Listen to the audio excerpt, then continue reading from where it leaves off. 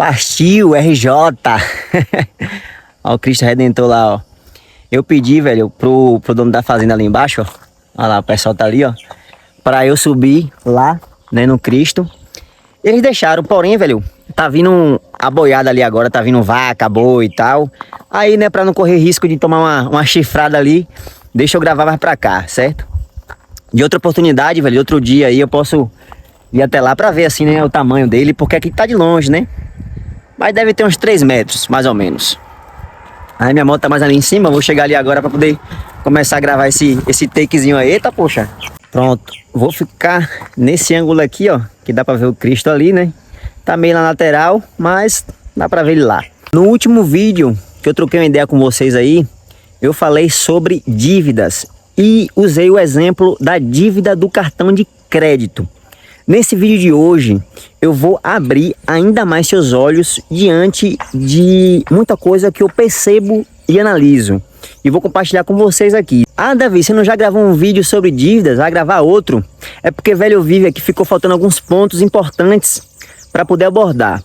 Porém, o vídeo já estava longo e eu também tinha que voltar para casa. Enfim, acabei que não abordei os pontos, velho, que eu precisaria mesmo abordar, que eram os mais importantes sobre dívidas. E reservei esse vídeo justamente para falar sobre isso, dar continuidade ao último vídeo e fortalecer ainda mais, velho, essa questão de você não fazer dívidas desnecessárias. Antes de mais nada, tem uma frase que eu gosto muito. Ela diz assim: economize para gastar e não gaste para economizar. E é o que normalmente todo mundo faz, só que ao contrário. Primeiro a pessoa gasta para depois querer economizar, né? Ou seja, primeiro ela faz a dívida para depois querer juntar dinheiro, né, para pagar essas dívidas. Totalmente errado isso daí. Não inverta a ordem. Primeiro você economiza, depois você gasta. Ou melhor ainda, primeiro você economiza e depois continua economizando. Eu vejo muito influencers, pessoas que têm muitos seguidores, né, no Instagram ou no próprio YouTube. E normalmente elas usam um termo que é o seguinte: a dívida da alavancagem. Eles falam, você tem que fazer dívida para acelerar o processo de progresso, de sucesso, não sei o quê. Porque se você chegar com um carro do ano, vai aparentar que você tem mais valor, né, a agregar, né, tudo isso. Só que, diante disso tudo, permita-me discordar desses influencers aí. O último cara, velho, que eu ouvi falando em relação a dívidas de alavancagem, pensamento de escassez e essas coisas, foi o Pablo Marçal, que é um cara extremamente inteligente. Eu admiro muito ele. O fato de eu admirar o cara não significa que eu concorde com tudo que ele fala. Vejo muito Pablo Marçal falar sobre isso, né? Que assim, se você consegue fazer uma dívida comprando um relógio, comprando um carro, para você aparentar que tem mais valor a agregar, né? Porque, por exemplo, se você chegar com um carro em um ambiente e o seu carro não é do ano, só que naquele ambiente todos os carros são do ano. Então ele diz que se você não está ali naquele lançamento do carro do ano, você tem pensamento de escassez. E diz que se você fazer aquela dívida, né, de comprar um carro novo do ano, vai aparecer oportunidades para você em alguns negócios, né? Eu compreendo perfeitamente, velho, a questão do Pablo Marçal falar que é essencial você fazer uma dívida para aparentar alguém mais importante. Eu entendo perfeitamente isso, porque, por exemplo, se eu chego em determinado ambiente, bem vestido, bem trajado, com relógio, com o carro do ano e tal, por mais que não tenha quitado nada disso, é claro que a oportunidade que eu vou ter diante de outro cara que chegou sem relógio, não chegou tão arrumado quanto eu e não chegou com o carro do ano, a oportunidade que eu vou ter vai ser muito maior, evidentemente, pô. Claro, nesse aspecto aí, eu entendo o que ele tá falando. Eu entendo a questão dele falar que você precisa realmente fazer dívidas, se for preciso, para poder acelerar o processo de bens, né, de conquistas, de negócios, etc. Só que, porém, a gente não tá falando de uma pessoa que está tranquila, de uma pessoa que precisa fazer negócios. A gente está falando aqui de pessoas que estão endividadas. E pessoas que estão endividadas não pode estar fazendo mais dívidas. Uma pessoa que está endividada, ela não pode estar comprando um relógio caro para parecer alguém importante.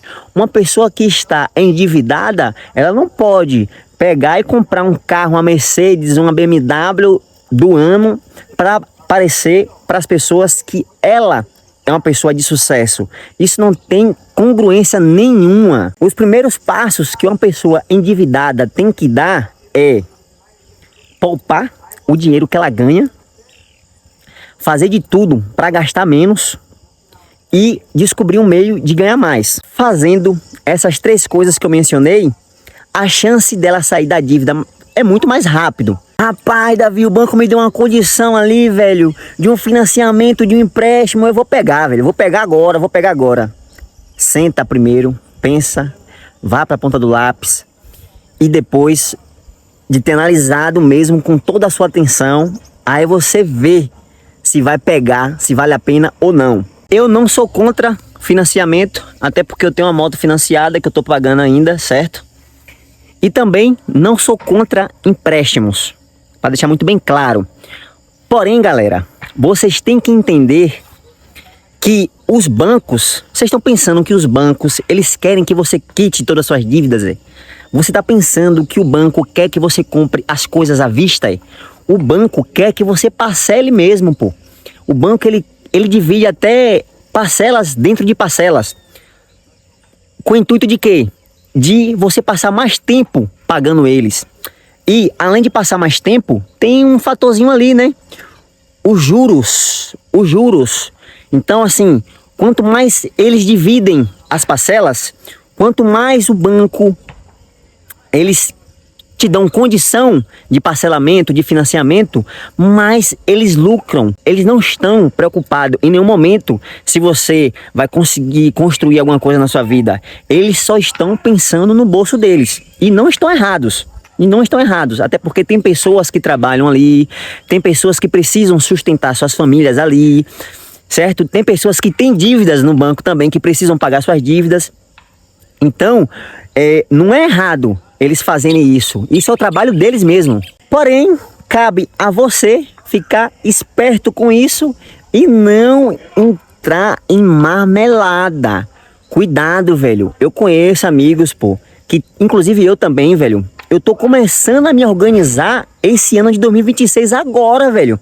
Porque o ano de 2023, 2024, 2025 foi só lapada, meu irmão. Foi só desgraça, velho. Foi só pepino, foi só contas a pagar, foi só dívidas e dívida atrás de dívidas.